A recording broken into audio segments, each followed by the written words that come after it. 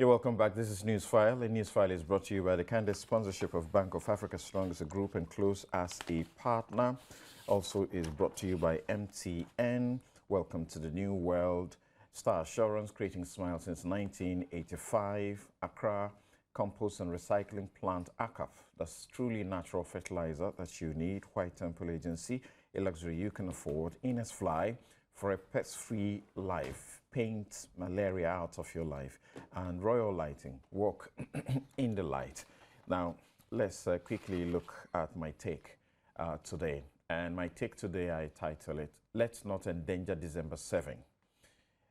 Chief Justice charges all.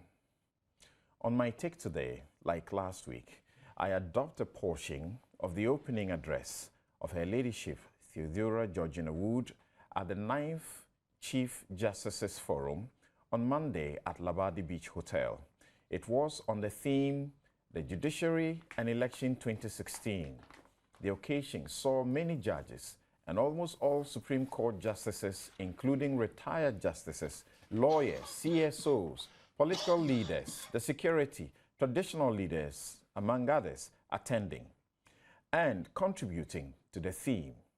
She pledged her outfit's commitment to the processes, pointing to 2 recent election-related cases dealt with swiftly, one practically in less than a week, and insisted thus, and this is her speech that I adopt, this is what Ghanaians expect and truly deserve, a smooth, timely, and successful resolution of electoral disputes.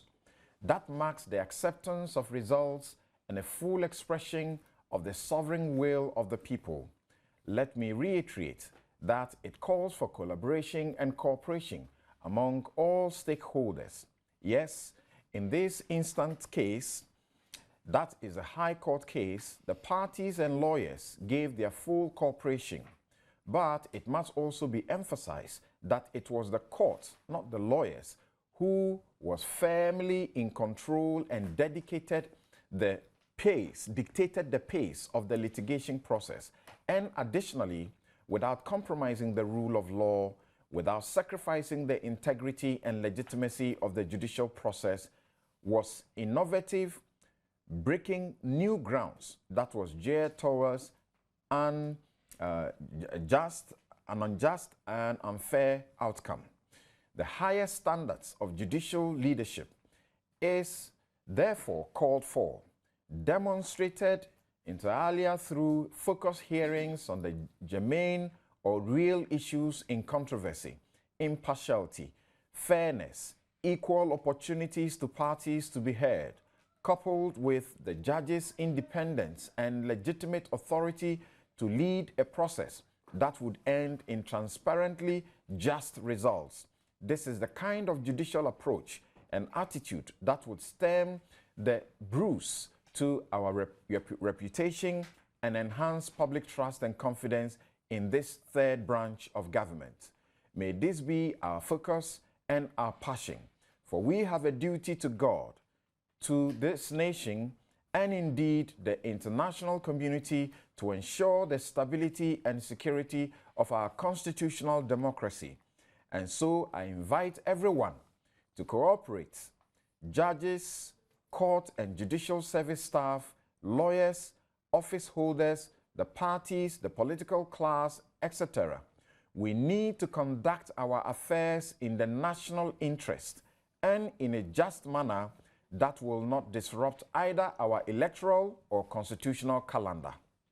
Thank you very much. And that's my take this morning, adopting Her Ladyship, the Chief Justice's opening address at the Chief Justice's annual forum organized in Accra on Monday. My guests are seated, and I'll introduce them. Abdul Malik Kokobako Jr. Kokobako, he is the editor-in-chief of the New Crusading Guide newspaper, and he's a regular panelist on this show. Joyce Bauer Mokhtar, he's the Deputy Transport Minister. She is the Deputy Transport Minister and the 2016 campaign spokesperson for the NDC. Ayikwe Otu is former Attorney General, and he's a lawyer who led Dr. Parkwesi Indum's sweet victory yesterday. Dr. Omane Boama is Minister for Communications and also communicates for the President. And Dr. Emmanuel Akwete is Executive Director of the Institute for Democratic Governance, IDEC. He is with us on the other side of the line. Good morning, Doc. I say good morning to Doc first. Good morning, Doc, and welcome to Newsfile. Okay, we just saw him in the shot a while ago. So good morning to you, ladies and gentlemen. Very good morning, Samson. Great to have you. And as I stated already, the show is brought to you by MTN, Bank of Africa, Star Assurance, ACAP Compost Fertilizer, White Temple Agency, Ines Fly, and also Royal Lighting. Now, I just put this recognition here because I just wanted to dedicate it to you, our loyal listeners. This is a recognition that was bestowed on Newsfile by the Press Foundation. The Press Foundation is organized from Kumasi, and it's dedicated to supporting journalists and speaking and representing journalists. In fact, this was the maiden edition of its awards, named the Anas Investigative Journalist Award. It's going to be done, I think, biannually, and Manasseh Azuriawini was first to win the award recognized. And Newsfile was also giving a recognition as the most influential current affairs talk show in Ghana. It's sponsored by the Royal Bank. Thank you very much, the Press Foundation and its leadership. Now, we will get straight to the issues that we have to look at, and they concern elections. First of all, I'd like us to listen to Dr. Emmanuel Akwete and some things he has to say about this year's election and what we need to appreciate about the dangers ahead requiring our utmost cooperation for smooth elections. Let's listen to Dr. Akwete and some of the judges. An inclusive country, an inclusive society, as espoused by Chapter 6 of the Constitution, Directive Principles of the State, is not in place. But this is what parties were supposed to come and take over the agency of the state to do, and they haven't done that. But nobody holds them into account. Nobody is able to control them, especially the two big parties. At liberty, they might not submit their financial statements to the EC. And, the EC chairs usually could take them on, but, it's one of those things. They are too big to be engaged. I think this situation is the greatest threat to our democratic stability. So this is a question I asked myself. In 2016, if the predictions or the anxieties are right, that we could have mass civil unrest, not caused by party militants, but also driven by Ghanaians who are just frustrated with the system and cannot stand any longer with disputes over election results, another 2012 and 2016. They might join those who are on the streets. And presidential elections mobilize the entire country, so many will join. And I am looking at, in what way do we prevent this or discourage it? Or in what way do we create a situation that the security agencies might not have to step in a way that will do irreparable damage to Ghana's image as the beacon of democracy? Because that has become our gold that brings investments to the country. The determination of electoral disputes is at the last stage of the electoral process and stamps it with legitimacy. Therefore, as we prepare to go to the polls a few weeks away, it is of some value that the judiciary addresses the question of how it proposes to discharge its mandate in the name of the good people of Ghana before, during, and after the elections which come off on the 7th December 2016. The gathering today, which provides an opportunity for the judiciary to share with the public and stakeholders its preparedness in determining electoral disputes that can arise in connection with the electoral process serves the purpose of assuring Ghanaians that the provisions of the electoral laws shall be upheld in any dispute turning on the elections. Despite the existence of all the above constitutional and legal framework, which to my mind has guaranteed free and fair elections in Ghana since 1992, the 2012 presidential election dispute brought to the fore the realization that all has not been well with our electoral management laws as well as rules of procedure in the courts. What the case disclosed is that it is one thing having a set of laws and another ensuring that they are effectively applied. There has generally been stoic silence when the judiciary is under siege from all manner of persons and institutions. It is important to observe that for the judiciary to continue to play its key role in policing the 2016 elections and beyond, it must have not only the constitutional guarantees of security of tenure, but also the enabling environment under which to work without any fear of intimidation. In this respect, therefore, let me use this platform to urge all the political actors in Ghana to accept the decisions of the courts on election dispute adjudication with a good heart, as was done by Nana Akufo-Addo in August 2013. The fact remains, though, that disputes would remain an inevitable feature of the process, regardless of our best efforts at perfecting the electoral process. Elections in our part of the world, unfortunately, have not been limited to a contest of strategic ideas at which political leaders are elected. It is often not without rigorous disagreements that unfortunately have often led to loss of limbs or, in extreme cases, loss of life and destruction of property. But election violence is not justified. It does not in any way, by any stretch of imagination, qualify as a viable option. However, faith in the judiciary to do substantial justice in a timely fashion is essential to assure all stakeholders that their first recourse should never be a wrong, criminal, and heartlessly inhuman approach to the resolution of differences or disputes. And this is where I would like to assure our people that the judiciary has the men and women who are committed to safeguarding and protecting their electoral rights, rights which are clearly based on the fundamental rights of the individual. Right, so you heard Dr. Emmanuel Akwete, you heard Justice Gbadegbe, Justice Doche, all of the Supreme Court, and Chief Justice Georgina Theodora Wood.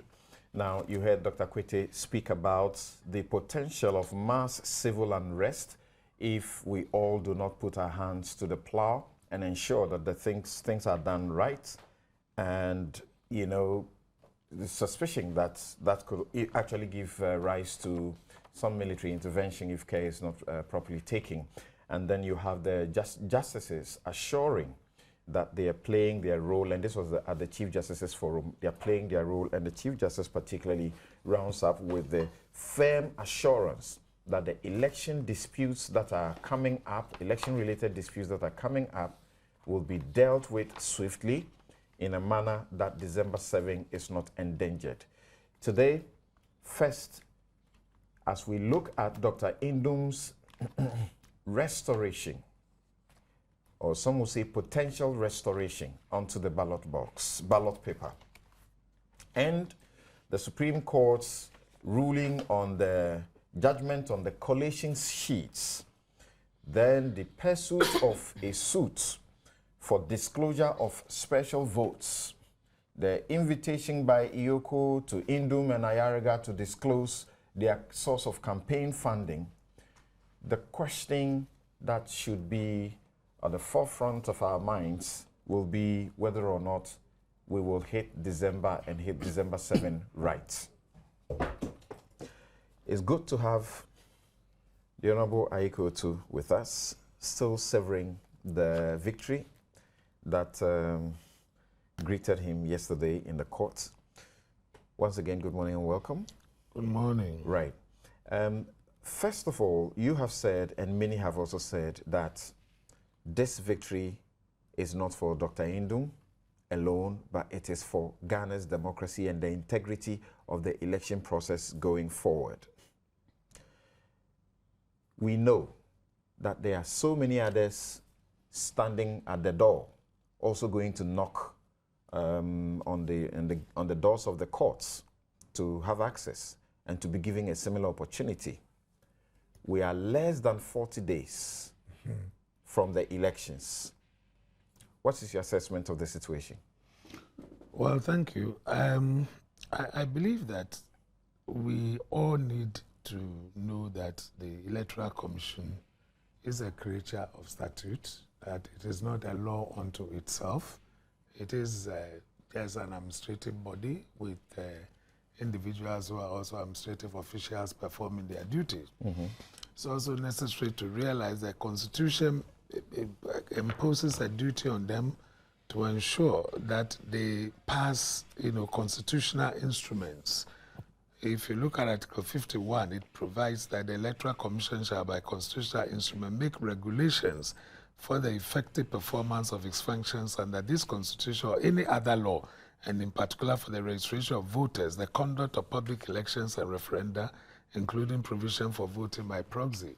So that almost everything that the Electoral Commission does is to be done by law. And therefore, they should take all this into consideration as they plan their timetable.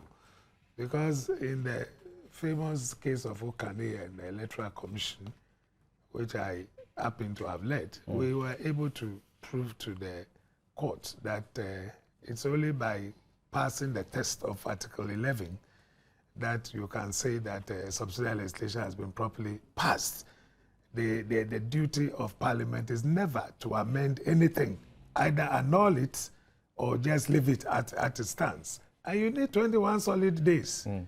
So if you may have to come out with some laws, and you know that this is the duty imposed on you, then you should have taken that into consideration, everything that you do. Right. We'll get into the details of the Indum case and no, I'm not talking its about implications, the Indum case its implications on the rest of the other potential cases and even the other cases which are already in court. But question is briefly, do you have the fears expressed by many others, the generality of the citizens, including the Electoral Commission Commissioner herself? In one of the affidavits that she deposes to your case, she's afraid that if these suits continue this way, December 7 is in danger. And that is why I wanted to put it in context. If he knows that she's a creator of statute, then she should listen to the statute. She should live by his statutes. They should know that they are not a law unto themselves, so that they don't create the avenues for people to go to court. Was it necessary for Indum to have gone to court? All those people who are lined up who want to go to court now, would it have been necessary if she has just given them the opportunity? So I'm saying that she should be reminded constantly, and that false impression that she is an independent body who cannot be directed by the way she performs her duties. She. This is a commission of seven, it's okay. seven independent thinking adults. I will come there. I know what I'm doing. She must be told that if she reads Article 46, what it provides is that except as provided in this Constitution or in any other law not inconsistent with this Constitution, in the performance of its functions, the Electoral Commission shall not be subject to the direction or control of any person or authority. The opening words are instructive enough, except as provided in this Constitution or any other law. Why should people make them feel that they are so independent they can do what they like? I'm saying that they should be mindful of the law setting them up, the fact that they themselves, by constitutional injunction, are to pass several constitutional instruments for the implementation of the things that they do. And once they live within the confines of their law setting them up, as provided under Article 23, the administrative bodies, administrative officials shall act fairly and reasonably and comply with the requirements imposed on them by law. We will avoid some of these things. Okay. Now, tell me in 1 minute, what are the implications if we don't have elections on December 7th? Touch wood. Well, if it's a court order, I think that we can live with that. You know, if because there is something pending and the court decides that, look, you can't have the elections. We need to clear this thing first. And if we respect, you know, separation of powers, and if we respect the boundaries of authority, then this is the judiciary. If you remember, in the Al Gore case, you know, although it is electronic voting that they use, when it became clear that there were problems with the electronic system, somebody decided that why don't we count the ballot manually? They started counting them manually. Al Gore's votes started coming up. Somebody said, no, I'm rushing to the Supreme Court to stop it.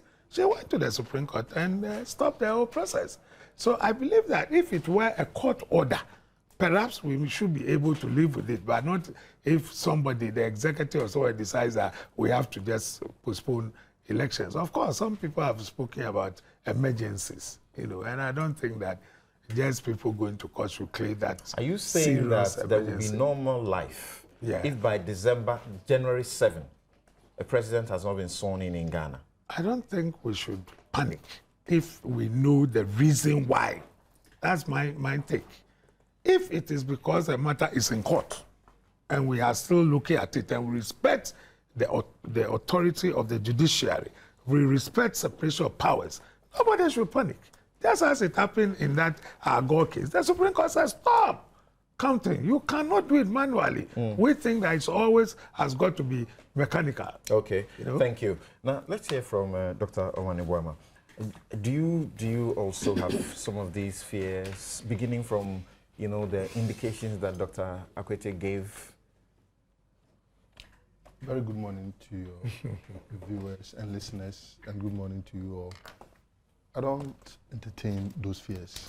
I believe we can be very efficient as a country, and I believe that common sense and reasoning will also prevail in all these things that we are discussing. Let's face it, the issues that we have going forward are quite straightforward.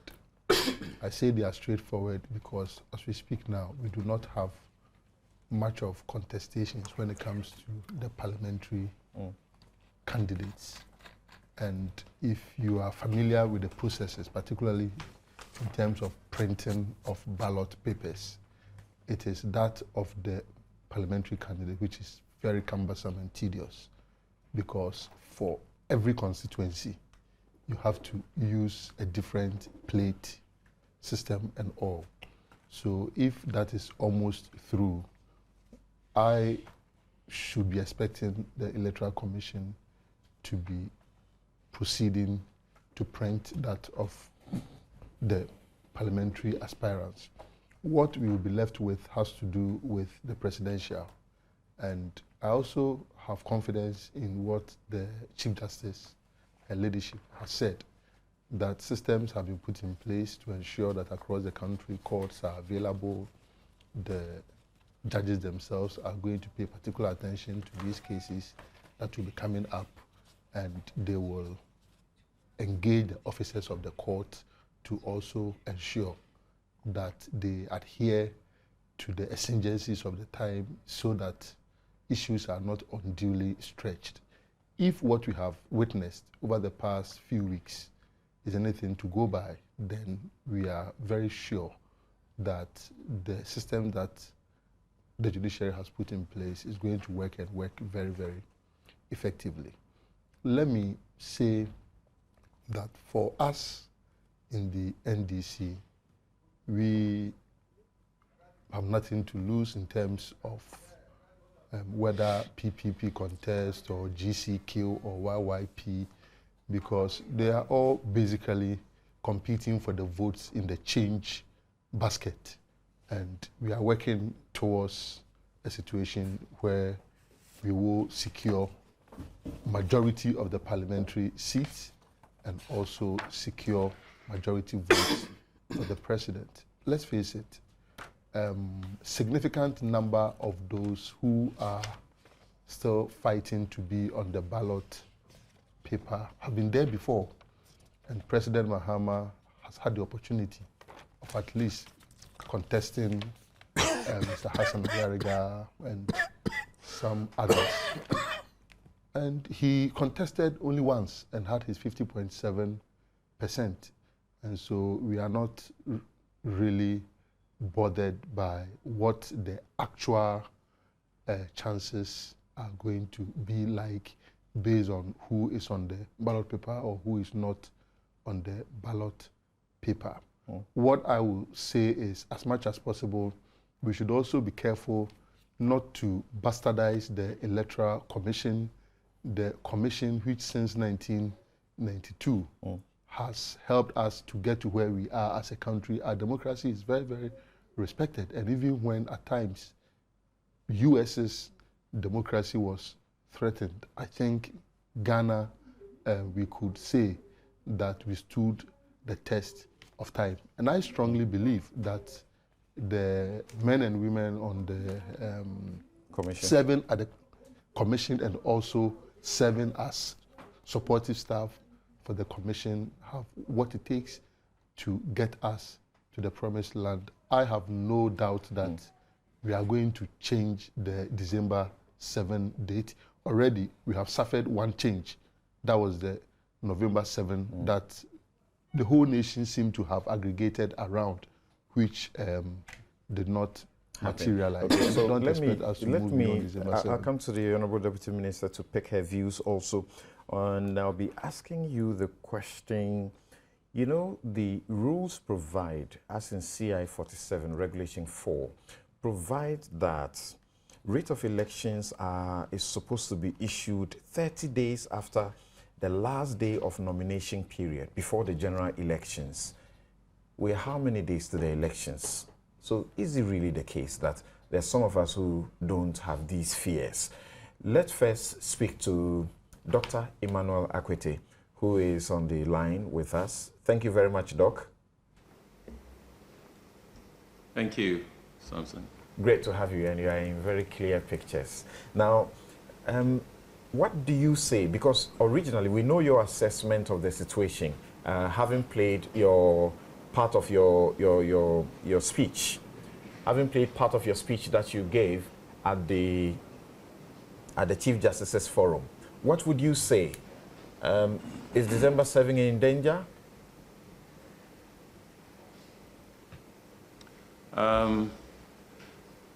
Well, December 7 has a mixed picture.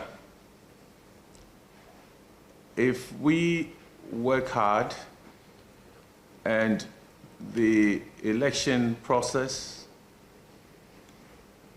the processing of the results and the declarations are seen to be fair and meet the expectation of the people, such that we do not generate controversy over the results, especially the presidential elections. I think it will be peaceful elections like the previous 6,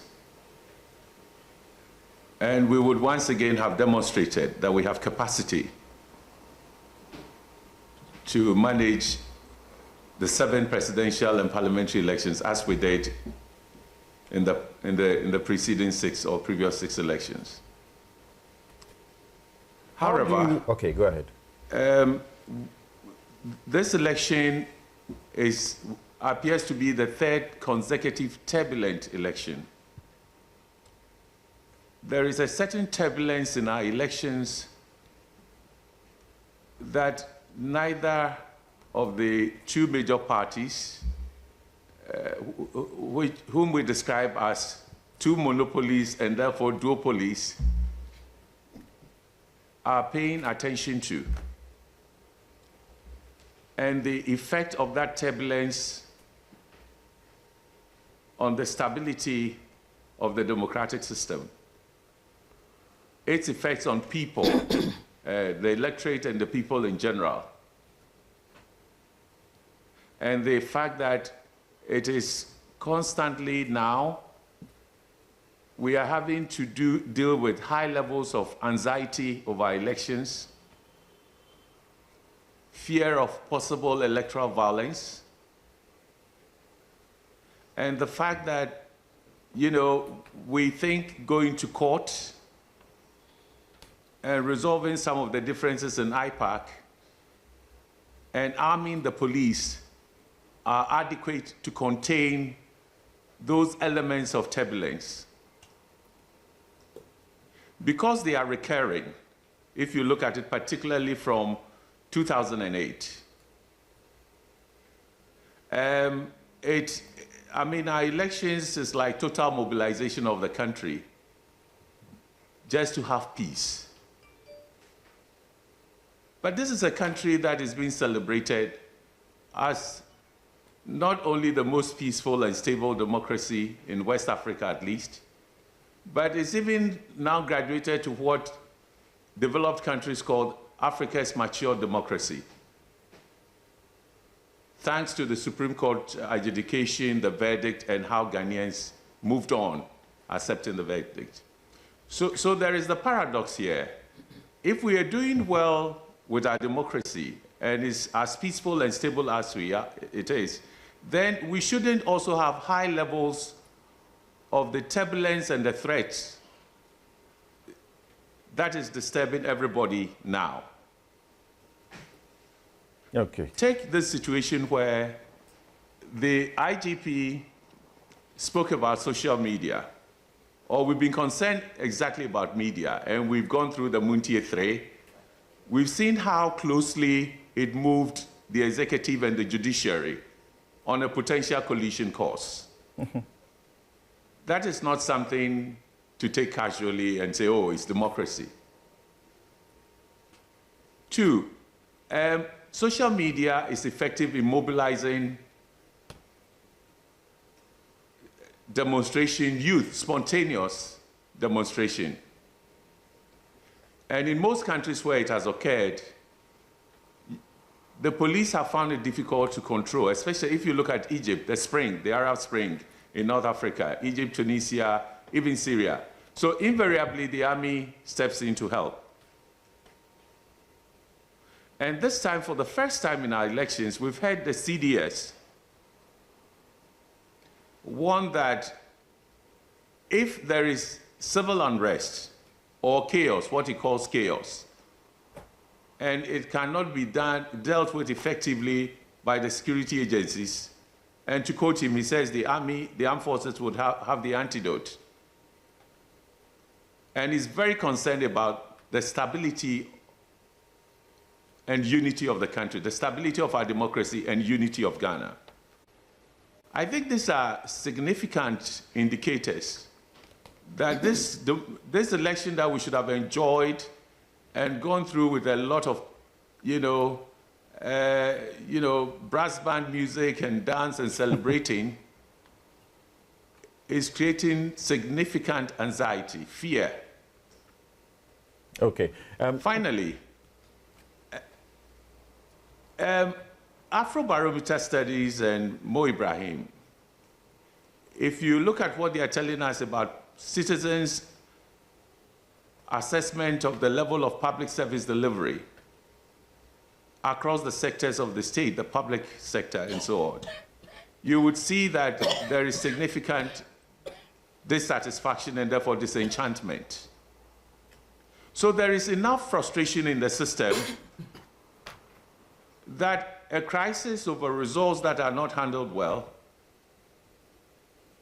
could attract not only party militants stepping in, but also you have a very popular mass response. And if it's spontaneous on a large scale, which is likely because of the nature of presidential elections, we are in for civil protest that could turn into unrest or chaos, and that is where the fear is post-election. Okay, Doc, I'll return to you later, but I'm sure that a lot of people will begin to question the basis of the claims that you make, whether or not these are intel that is being shared or what's the basis for it really.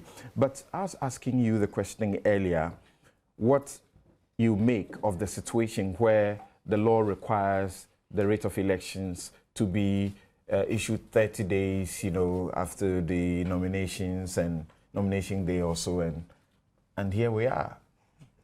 A very good morning to you all, and Samson, thank you very much for having me. I particularly believe that this morning you set the tone for the discussion by making reference to a statement or a speech delivered by the Chief Justice of the Republic of Ghana herself, an individual who is seized with all the rules and regulations we have, which bother on governance and, of course, elections largely in this country. I also know that as a country, we have actually undertaken this exercise at least 6 times in the past. Right. In recent times, we've had disputes that have arisen out of electoral processes that have been subjected to the full rigors and tests by our court system. And of the streets. Absolutely, and we have come out successful. I think our democracy has been growing since 1992. It is instructive to put it on record that is even a healthy development that people now seek recourse in our court system and in our court processes. That alone tells you the level of maturity of this constitution that we currently are utilizing to guide and guard our democracy.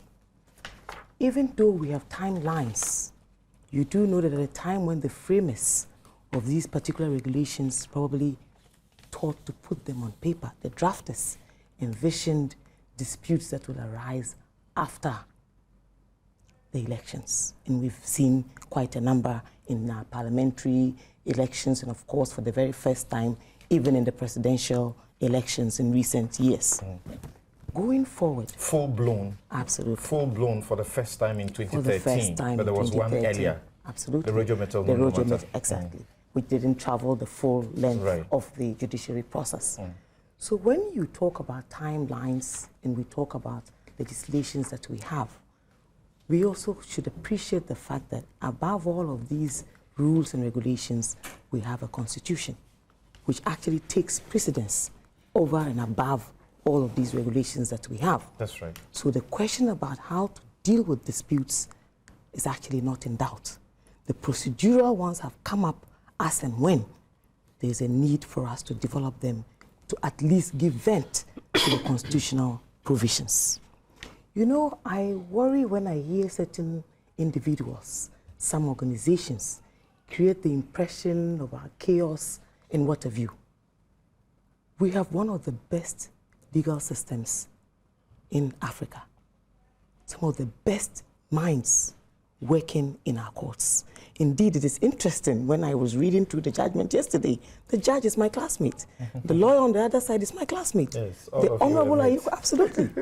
So it tells you the level that our judicial system has attained. I think the judge and the lawyer were beyond classmates. They may have been roommates. Well, I won't even go into that one. So you do know that these are not issues that we take lightly, but we have a system that is put in place and that works. You know, these timelines and all of these things, I have no doubt that if the Chief Justice has to convene the courts even on a weekend to ensure that time starts running, that we are not working against time, that we are able to dispense timelessly with these processes, I have no doubt in my mind that it will be a great exercise. She's already done our it. Democracy. The 16, absolutely. 17 courts designated are sitting on weekends as well. Exactly. So there are always mechanisms, and it's a reason why when you are within a constitutional dispensation, you have great checks and balances on your systems. So in terms of dates and 30 days and what have you, I have no doubt that these matters will be dealt with judiciously, in timely fashion, and within the laws of this country. But going forward, and probably to respond quickly to some of the comments I have heard, we have a great leadership in this country, a leadership that has worked with this constitution probably since it was actually put out in 1992. I see no reason why resourcing the police would necessarily be because there will be a need to apply force. We have political parties led by very distinguished individuals. In terms of the National Democratic Congress, President Mahama is an individual well known to everybody. His democratic credentials, his conviction in our democratic abilities is not in doubt. With regards to the other large opposition party, Kenya was a great example until 2007. But like I said, 2013. Advocacy, so if there are, education there are warning signs is and CSOs feel that they need to point to us, why not? And we welcome the mixed bag of cautions that come about. Above all, we recognize the strength of our laws, the strength of our judicial system, but what we need going forward is the caution that President Mahama has been giving to young people to refrain from being used in the process to create chaos or foment trouble. Okay. You see, the rubric of this whole discussion really is not about the leadership. Right. It is not about the judicial system. It is also not a lack of legislations to deal with these matters as and when they come up.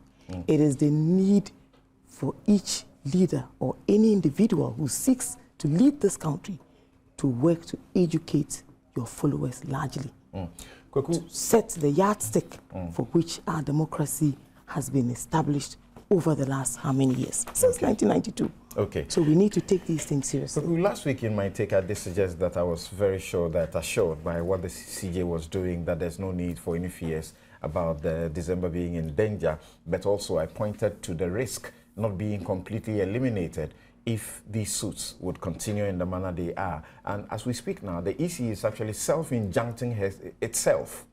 It's self-injuncting itself because it doesn't want to spend money, and then later someone is being asked to be added on, and then they have to do the process all over again. Are you still where you are? That's completely and totally you are assured that we are on a smooth ride? Yes. Great. I'm an ultimate optimist when it comes to this issue and in the context that we are dealing with the issue.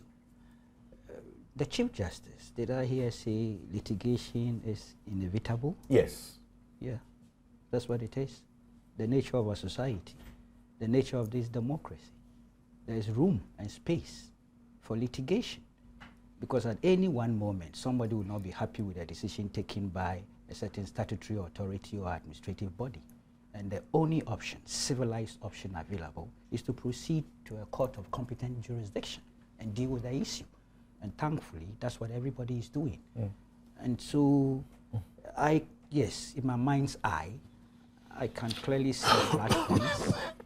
There'll be trouble spots here and there, and that's not new. It's been so. The police and the EC have both identified hotspots. Fantastic. To watch. Fantastic. So that we are clearly aware that in our system, in our country, relative to elections, and not just elections, other issues, we have trouble spots, we have flashpoints, and that's why we are putting up a certain architecture in terms of election security management to contain and to roll back if the thing gets beyond a certain limit. So that's there. We've had election disputes over the period, some in parliamentary, some in presidential in our history, but I'm sure we are restricting ourselves to the Fourth Republic. That's so. You made a point about the NDC, Rojo Metronundo. It traveled to the end. The case was only dismissed for lack of merit, you know. 2012, we had the most remarkable challenge to presidential election results. And the government's own paper, the homegrown policies that they sent to the IMF, I would want to read that portion. And I support a part of the statement, not wholly, but to be fair, I'll read the entirety. That's paragraph 4 of the introductory page. The government said this: there is no doubt that the outcome of the long election and court processes is a positive manifestation of the consolidation of Ghana's democratic credentials, and adds to the certainty in making Ghana a stable and positive environment for domestic and international investments. It makes the country a strong, functioning democracy in Africa. And the outcome of the case stands out as the single most remarkable achievement in the country's governance history. The part that I don't like, but to be fair to our listeners, I must read, just to be fair. It says, on the other hand, it contributed to the slowdown in economic activity in 2013. In addition to the election petition's effect on output, the year 2013 also witnessed significant energy disruptions which affected growth. For the purposes of this discussion, I was looking at the democratic aspect and not the economic one, just for the purposes. And like Dr. Akwete said, it took us to the stage where we are now referred to as Africa's matured democracy. Yes, and I recall what Justice Doche also said in this very event, that you had to play by. He appealed to people to accept the outcome of litigations determined by court, as Nana Akufo-Addo did, if you recall. Right. It had its own significance, and that's what do you say? Contentious. No, that's what is captured here in essence. In essence, that's what your own paper, that's our government's paper to the IMF captures in its essence, if you depersonalize it, which I think is the problem my brother is having. No. I'm saying it's contentious. Read it carefully. Unless I suspect he wants to say that Nana Akufo-Addo didn't have a choice. But you know, obviously, it is very clear. The evidence is that he clearly came out quickly and accepted the results, even though he disagreed with it. And had no choice. No, you see, it's so... How can you say what you're saying? People have had no choices elsewhere, but you know what they've done? He knew. Yes, they've led insurrections. It would not have been possible. Okay, thank you. Kweku, finish up. Oh, yes. I sometimes hear our friends praise Mr. Rawlings for handing over, for not behaving like some of the other African despots, those sit-tight despots. Let's not detract from the beautiful discussion you did it. we are having. You provided ammunition for the diversion. I'm just saying he had no choice. My brother. So let's proceed to the case. You created the diversion. You are seeking to block. I can see Joyce giving you a sign to take it easy. He's seeking. Let us move on. He's seeking to block and distort my message. All right. And you see, my quick comment on this CDS thing, I don't think that it ought to be encouraged. You know, I think this coup-making mentality is not antiquated. We're looking forward. I mean, people are going to court to resolve their problems. And how do you, CDS... It's good to be positive, but be realistic also, isn't it? Say that you have the antidote. What kind of antidote would you have? You come and take over power. Okay. No, but in the CDS... That's a treasonable thing. Something you do know that is what Mr. Akwete said. You should ask him to report. More on encouraging people to start to respect the electoral process. Yes. And accept results. Accept the results. That is right. So we have a body that is says but with the requisite power you have to an do it. antidote. Absolutely. Okay, thank you. Well, I'm not too sure if the CDS himself drew a scenario. Mr. Akwete is on. It's Mr. Akwete that I thought. Let him explain further. Mass civil unrest. Civil unrest, military coup. Well, I don't see it. Okay. I'm being honest with you. I don't see it happening in this country because of the experiences we have gone through. But as for, scaremongering, we've had it. Okay. All elections from 1992 to now, if you did your check, you realize that we've had a certain level of scaremongering all the time. Okay. But we have proven that we are capable of surmounting those challenges, and I'm confident that we are going to have a peaceful election. Before we move to the Indum issue, I think that, like the Honorable Ekritus did, it's only fair to ask Dr. Akwete, maybe just for some 2 minutes, to clarify where all of this is coming from. But you're concerned also about the 8 months of the election disputes, which took a long time to, and also disturb the economic slowdown economy. There's an amendment being made to the CI 74, and it's likely to affect specific number of days for the trial to be done. Interesting. In fact, I did a paper at the forum, and I suggested we do parliamentary election petitions for 30 days maximum, and for presidential, we should do 80 days maximum. There was those who disagreed to the 80 days, but I took inspiration from Kenya, where the constitution says 14 days, and their rules also say 14 days, and they did theirs within 14 days. But we know there are problems with how they managed it. Now, Dr. Akwete, can you help us understand where you are coming from? just 2 minutes, just summarize for us so that we can move to the Indum suit and the suits that are coming up and see how we can also deal with those to avoid endangering December 7. Yes, Doc. I think where I'm coming from, I have made references to them. But we do look at democracy not only in Ghana and the processes and the institutions. We are part of a bigger African story. And the notion of Ghanaian exceptionalism, that there wouldn't be processes and conditions that are changing. So we should always be assured that the institutions would work as they should. We are very law-abiding. The police say sit down, you sit down. We wouldn't attack police stations and so on. I think it's one view. There is also another view of our elections that I think we should take into account.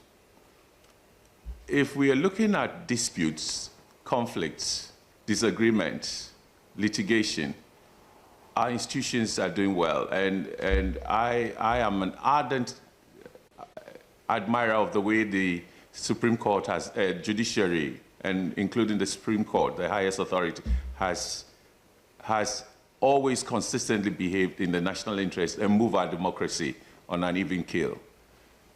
But there is an aspect that has not been handled only by the courts, the police, the Electoral Commission, and the political parties.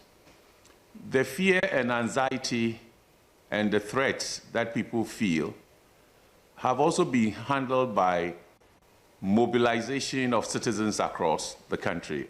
Everybody is talking about peace, we don't want violence, we are trying to hold the parties in check, especially the NDC and the MPP, and their language, their media houses, and so on and so forth. So our elections have not just been stabilized because we go to court. It is also, to a large extent, being stabilized because of citizens' positive activism to maintain the system. Doc, you separated and set focus on election 2016. Does it not also, or you are unaware, that the peace industry associated with elections is quiet on the low-key this time round? Every election year, we've seen how... I'm not sure it's low-key, it's fatigue. Is it? You see, yes, when we talk to people in the rural areas and constituencies and so on, throughout the regions, they wonder why our election always has this anxiety. Okay. Right. I'm not hearing you, please. That's fine. That's okay. Thank you very much. I think that we can move on to the next subject. And you want to...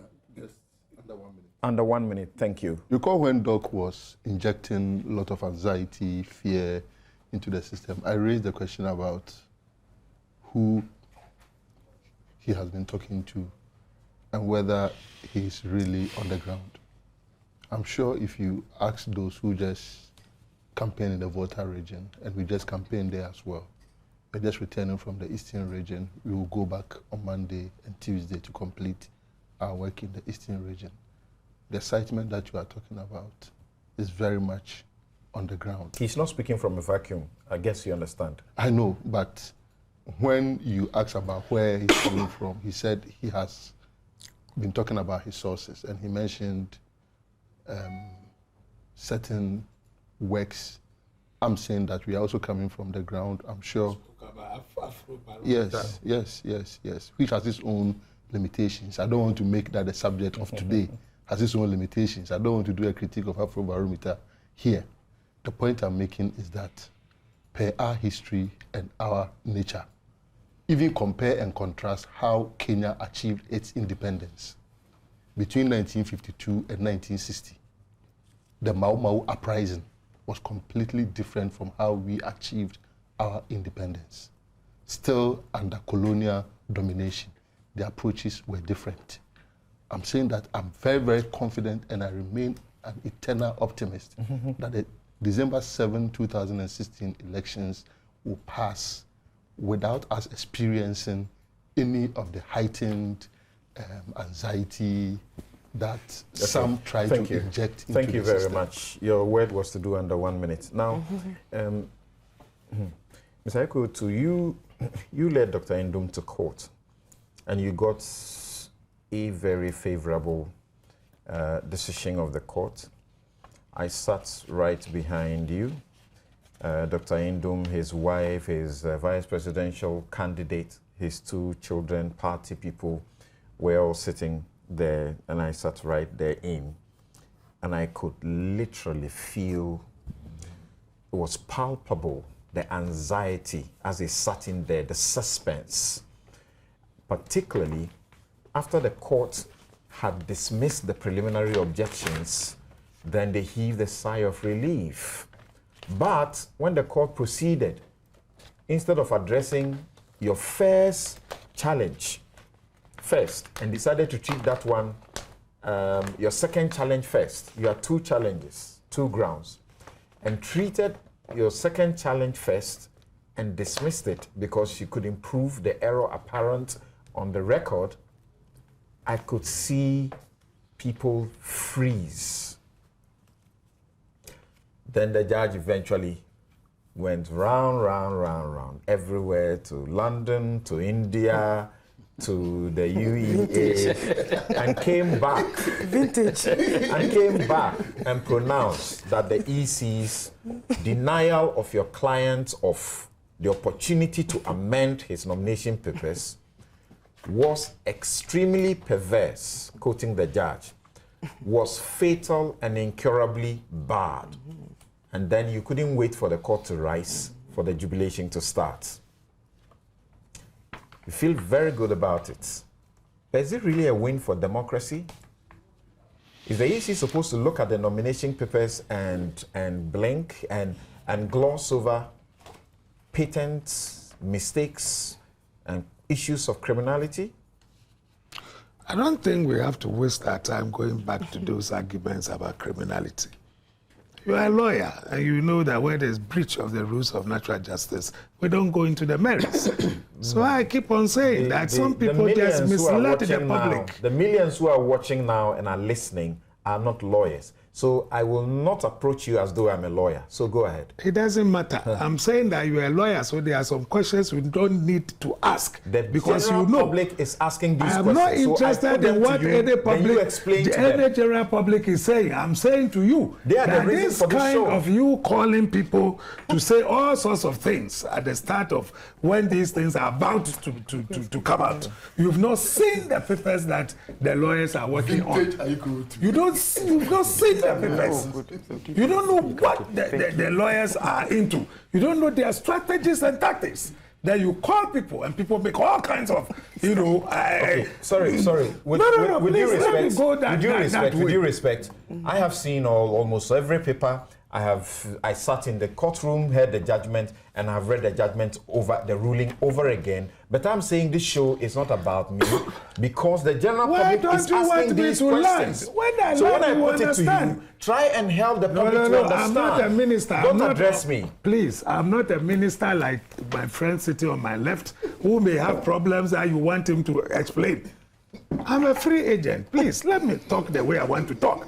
I'm not under any obligation the show is structured. Please, whatever the show is structured to mean, it does not mean that I am now in the witness box, so I should only answer questions. I'm not a minister. Okay. I've not done anything wrong for which I need to explain myself to the public. I'm saying that you misled the public right from day one when you started talking about the merits. When instead of looking at whether or not there has been a breach of the rules of natural justice, which does not concern itself with merits, and you tell me you have read the judgment, and the judgment told you that don't go there. We are not interested in the merits now. See, the part of the so judgment, the part of the judgment that says don't go to the questioning of the criminality because that's not part of what the court had to decide. See it here. It's emboldened, and I have various numbers of the critical portions of the ruling that I have here to share. I'm telling you, stop focusing on me. These are the questions the people out there want to understand. So please address them and take You me are out. just not listening to me. I am saying that if you know what the issues are because of your special position in which you find yourself, you should also help the public. That if from day one we have all focused on the need for the EC to adhere to the rules, to give the people the opportunity to go and make the amendments or alterations, we would not have landed ourselves where we landed ourselves. And as at yesterday, and he, the lawyer himself, who was writing letters to other lawyers and telling them of criminality, could not push that. Was he able to push that? You said you sat through. So I'm saying that if we have gone and come back, and you are going back to those criminalities again. I'm not going you back. helping the public to understand? With the greatest of That's respect the point to I'm you. making. With the greatest of respect Read to you. from the law where it was said no. that the criminality is the issue and not the breach. Read from the judgment. Have you even heard that it's being asked in the public? What is the meaning of this judgment taking against the Adamu Dramani Sakande case? Why didn't the court ask the EC, the EC to give Adamu Dramani the opportunity to go and correct his nomination papers instead of sentencing him and putting him in jail? I know clearly the distinction between that one and this case. But this is the public asking the question. And I have the benefit of a senior lawyer like you in the studio. I put the question to you. You do the separation and explain to the public. And I'm saying there is Respectfully, no can we just need. proceed? Please, I'm going the way I want to go. Okay, please go ahead. I am saying that stop confusing the public about criminalities. Let us stay with the law. The CI 94, which you have, provides as follows. A person, what is it, CI 94? I thought that was where you had opened. Yeah, I didn't open no, that I one. opened to that's my That's copy. not I where know you where are. to Nine, put it nine, quickly go for to you. 9. It is marked. Yeah. Go to 9. That wherever the nomination paper and the statutory declaration of a candidate are delivered, and the deposit is paid in accordance with these regulations, the candidate shall be considered to stand nominated, unless proof is given to the satisfaction of the returning officer of the candidate's death, withdrawal, or disqualification. 2. The returning officer shall inform a candidate that the candidate's nomination is invalid, where A, the particulars of the candidate or the person subscribing to the nomination paper are not as required by law, or B, the nomination paper is not subscribed to as required by law. I want to pause here. I'm saying that this is a duty imposed on the returning officer with the use of the word shall. Nowhere in A and B were any criminalities alluded to. The particulars of the candidate or the person subscribing to the nomination paper are not as required by law. Clearly means that they have done something against the law. And the nomination paper is not subscribed as required by law. The use of the words as required by law is sufficient to tell us that they did not conform to the law. Yet, the duty continues that it shall give the candidate an opportunity to make amendments or any alteration necessary within the stipulated nomination period. Let us look at the intent of Parliament. Did Parliament intend that once you come and the thing is not in accordance with law, you should be disqualified? Said no. Give the person the opportunity to go effect an amendment or an alteration. They are to change what you are brought. To alter is to change. To amend is to improve it. Now, where a candidate fails to comply with sub-regulation 2, the returning officer shall consider the nomination paper of the candidate as invalid and shall endorse and sign on the nomination paper the reasons for that decision, and B, inform the commission. And then another duty is imposed. The commission shall take a decision on the matter within 7 days. This is the procedure for disqualification. And you realize that in this my CI, you realize that the portions you are reading, I have clearly marked them out. That is your understanding. What you think, appeal to you is what you have marked. Those are the ones you have read. So that is what I was going to say already. That's why I said, bring it to me. When I saw you've opened 4, I said, no, that's not what I'm looking for. No, I used 4 earlier. So it doesn't matter to my argument. My argument is 9. So that's why I went to 9. Whatever you have circled is neither here nor there to me. The point I'm making is that stop those criminal aspects for now. Because the judge in his own argument said that, please don't go into the merits. At this stage, we are looking at procedural impropriety. what the people did was wrong. They did not give the people the opportunity. So why, after a judgment has been given, and we now are bound by even what the judge has said, you want us to go back, talk about the Musakandi, talk about some criminal aspect. Let the police deal with that. Okay, now, let the police deal with that. Let me ask that question in a different way. The judge says, consistently, eminent jurists have emphasized that certiorari application, which is what you went for, does not deal with the merits of one substantive case, but more with whether or not there had been a decision that is irrational, deprives a party of fair hearing, procedural impropriety, etc., etc. And he refers to copiously to a number of cases that ground what he had to say. My question is, how do you explain to the unlearned mind that is watching and listening to us now, that is a bit confused about the question and asking what should the EC have done in the circumstances? That's why I took my time to read it. What the law said is that give the person the opportunity to go and amend and alter. That is all. That is what the law, that is what the judge said. That don't go back into the merits. And you are still sitting here, going to the merits, and you are telling me that is rather the best way to educate the public. Now, that is rather what we are doing. And I think that it is not fair. The law says even to the judge. Give the party the opportunity to amend or to make alterations, cancellations, whatsoever. Now, the question that is being asked is, should the EC give opportunity for a party to make alteration or amendment to something the EC finds borders on criminality? Tell me where it is written in the law. I want you to give us that. What else? I have told you time without number that what has been done is not in accordance with law. Thank you. So it could also be criminal. Thank you.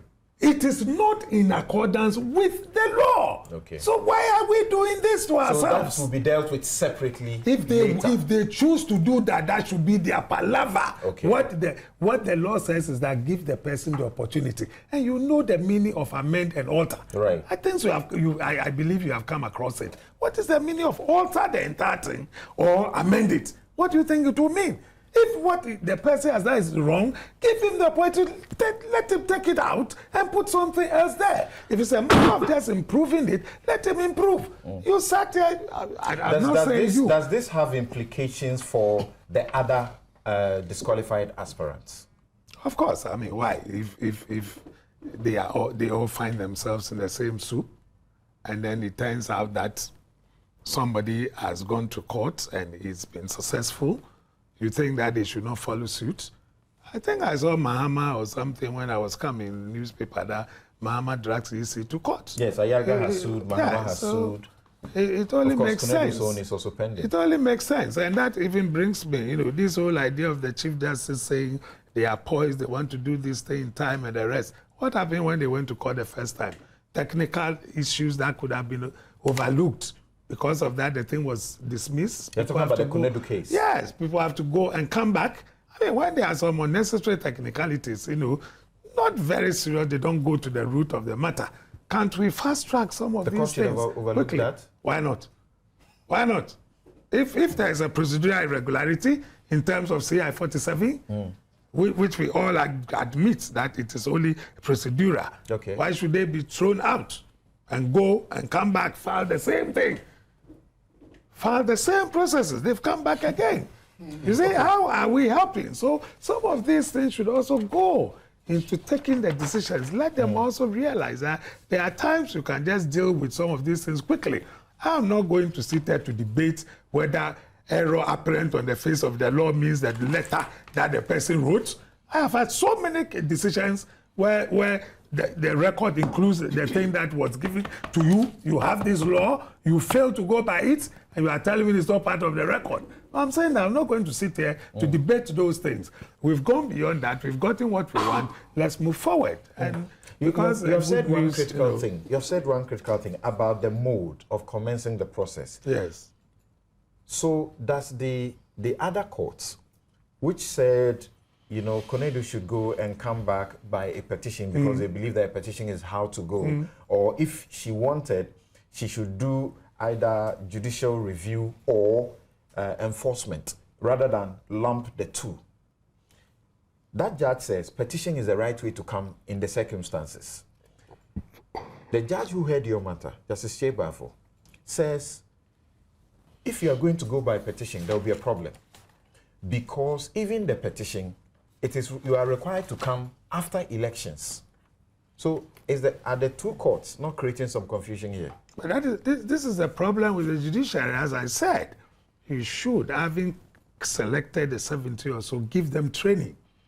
We all know about an election petition, which usually comes after a case somebody has gone through an election. How do you talk about an election petition when we're dealing with nomination and administrative acts of people? And for this, somebody's action is thrown out and asked to go and come back again. I have not seen the papers, though. I don't know whether they also spoke about judicial review. But if, for example, they have judicial review and they have those enforcement issues, you could have just told them that, look, I'm not interested in the enforcement issues.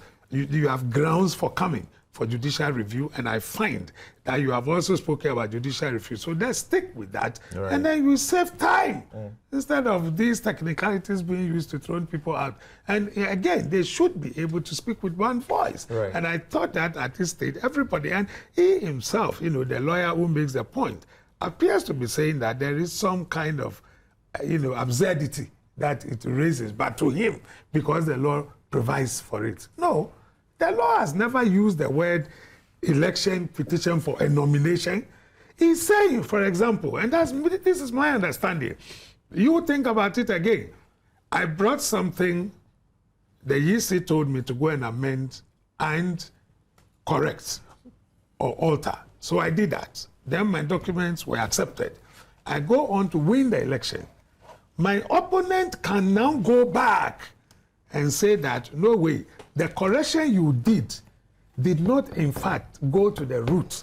And therefore, it shall not be a bar merely because you were asked to do it. That is when an election petition kicks in. Okay. But you don't talk about election petition when nobody has gone to an election. Okay.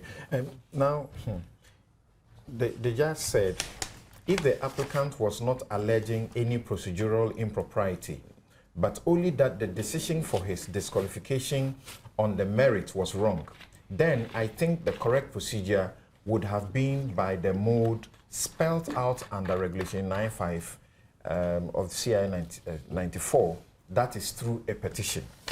It is therefore my view that commencing an action by way of petition spelled out in Regulation 95 of CI 94 is when an applicant challenges the grounds of his disqualification on the merits and not when a disqualified candidate seeks to invoke the supervisory jurisdiction because of a procedural impropriety.